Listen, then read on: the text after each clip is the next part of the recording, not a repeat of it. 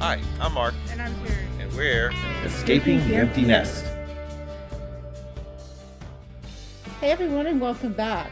Rome is a tourist mecca for so many reasons. The ancient ruins, the food, and of course the Vatican. In researching our trip, we watched so many videos by the Roman guy, currently named the tour guide, that we decided to go ahead and use them for our tours. We already put a video out on our Pompeii tour, but our second day in Rome, we visited the Vatican museums. One major advantage of using a tour is you get to skip the considerable line and have a guide take you directly into the museums. That alone made it worth the money.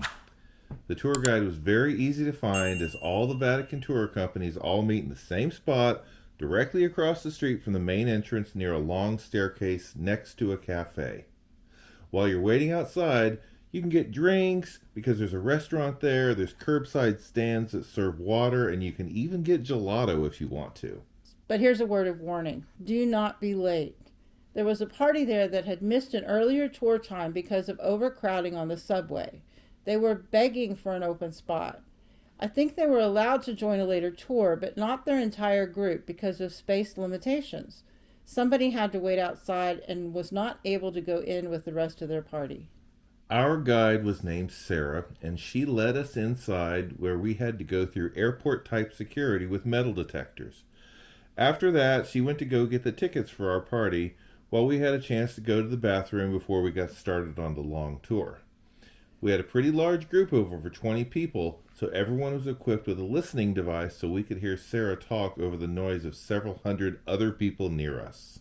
There were some times when Sarah was trying to show us some artwork or something in a book she carried with her, but we weren't really close enough to see what she was talking about. We could hear her, but we couldn't see what she was holding on to. So our first stop was in the Pine Cone Courtyard. The Pine Cone statue is 1,800 years old, and the courtyard was under renovation while we were there. It was fascinating to see the difference between the walls that had been cleaned and restored versus the walls that had not been touched. So what can you say about the Vatican, except there are so many amazing pieces of art that it just makes your head swim. I tended to look up at the art on the ceiling more than the statues all around me. Sarah did a great job keeping us informed about the significance of all the art that we passed. We can't really do a review on the Vatican because what can you say that hasn't been said 1,000 times already? It seemed like 1 million marble statues, thousands of tapestries, all of them amazing in their own right. But one of the things that impressed us the most was the treatment to the ceilings. For example, what you're seeing here look like carvings on a ceiling, but they aren't. They are paintings on a ceiling that are designed to look three-dimensional. All the shadows are painted in place, but they are completely flat paintings against the curved ceiling. The amount of artistry and technical detail to pull something like this off is just mind-boggling. So instead of reviewing the Vatican, we're just going to use this video to help people decide if a tour group is something they should join, and in particular, the tour guide group. Did we see everything we wanted to? Of course, and 100 times more. We learned a lot about the Vatican, and Sarah was an amazing tour guide. Yes, it was a long morning, and yes, we were very tired by the time it was done. The artwork you're seeing here is just a fraction of what we saw that day. All of this was building up to being able to see the Sistine Chapel.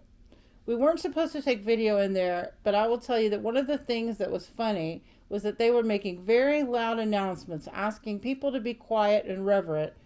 Silence. Silence. I thought that was ironic. Historically speaking, the Sistine Chapel is of course significant, but after walking through the Vatican, it just seemed like another room. I was much more impressed by this painting that details famous philosophers and artists throughout history, all standing in a courtyard. Because of my height, I did get to sneak a peek at some of the restoration work being done behind a wall. The restoration of each individual room is ongoing, and it seems like many of the rooms had active work being done on them.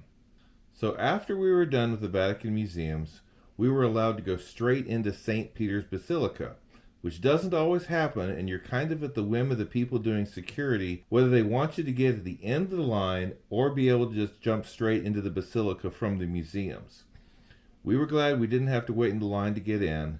You can visit the Basilica for free, but there is a charge to get into the Vatican. I will say the basilica was absolutely breathtaking on the inside. So many famous pieces of art, and you had to pinch yourself to realize that you're actually standing in the famous St. Peter's Basilica.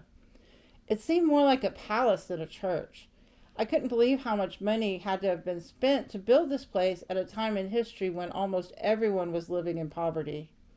It's hard to reconcile those two facts, but Rick Steves encourages visitors to leave their Protestant swords at the door, so we tried to heed his instruction. Just so you know, even though Sarah might have gotten us into St. Peter's a little faster because we were part of the group, our tour did not extend to any part of St. Peter's. After we left the Vatican museums, we were on our own. That was okay because it was really pretty much self-explanatory and didn't really take that long to walk through. Well, that's it. An incredible day, but very tiring. We got everything we expected out of the tour and more. Sarah did an amazing job, and we were so glad she was our guide for the day. The whole tour from beginning to when we left the Basilica was almost exactly 3 hours. We saw everything we wanted to and much more. We aren't usually big on using tour guides, but this is one time that we were very glad we spent the money. The Vatican museums are a maze, and it would have been impossible for us to navigate the hallways without getting lost thousands of times. So, 10 out of 10 stars for the tour guy. And if you're going, we sure hope you have as much of an amazing time as we did. If you have any questions, please leave them in the comments below.